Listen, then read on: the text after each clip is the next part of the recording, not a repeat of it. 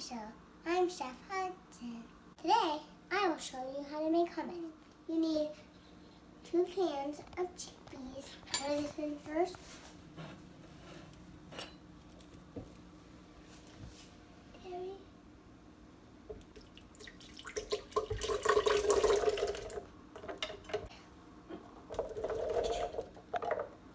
Oh, that one. A dry one.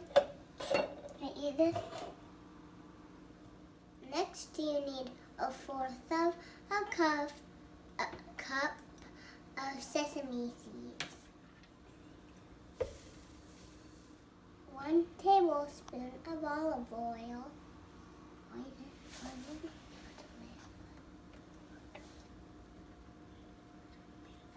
1/4 of a cup of lemon.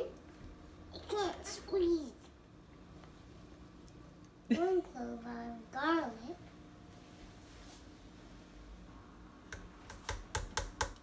1 teaspoon of cumin.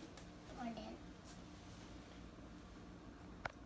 Now put the lid on and make sure it's secure. Make sure you use your muscles. Next, grab your tamper tool and turn on the Vitamix. Insert the tamper tool. Can I put this on? Slowly increase.